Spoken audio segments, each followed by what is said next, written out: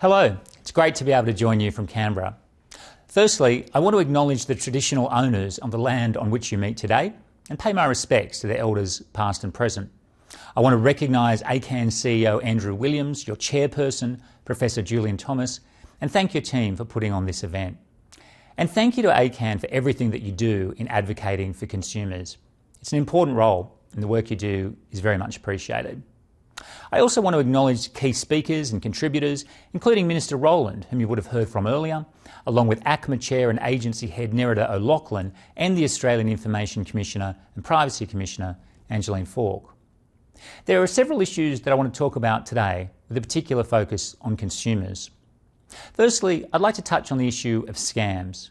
Now, we're hearing a lot about how many people continue to be affected by scams. Scams that come through telco delivery and scams that come through the internet.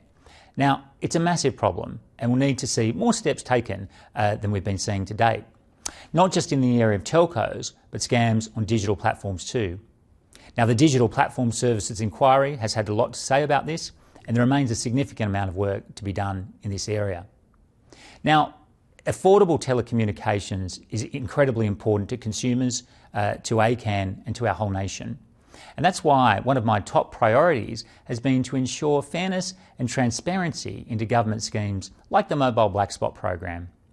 There needs to be a merit-based allocation of funding for new telecommunications infrastructure so that better communications infrastructure goes to those who have been assessed to have the greatest need for funding support. Now that's self-evident and it's something that I'll continue to fight for. Pricing for the NBN is another issue of great concern to consumers. And one of the concerns which I've been flagging was a push to artificially force families from the 50 megabit plan to the 100 megabit NBN plan. Now, I've been making the case that fast speeds are good, of course, but price increases shouldn't be used as a way of forcing households off plans that are working well for them. We've seen the NBN issue a new variation to its Special Access Undertaking, or SAU, and we'll be interested in what the ACCC makes of that following consultation on the proposal. But at a time when millions of Australians are facing cost of living pressures on multiple fronts, we certainly don't need a breakout in prices for the NBN added to that list. Now, tightening up on gambling advertising has been another priority of mine.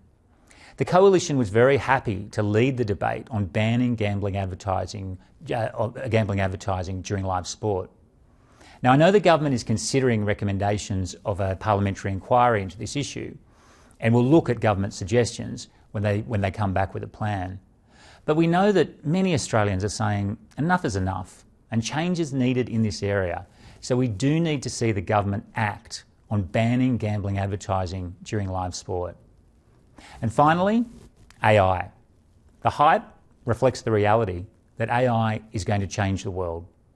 Government should not over-regulate AI, as this would lead to less investment in Australia and higher costs for consumers.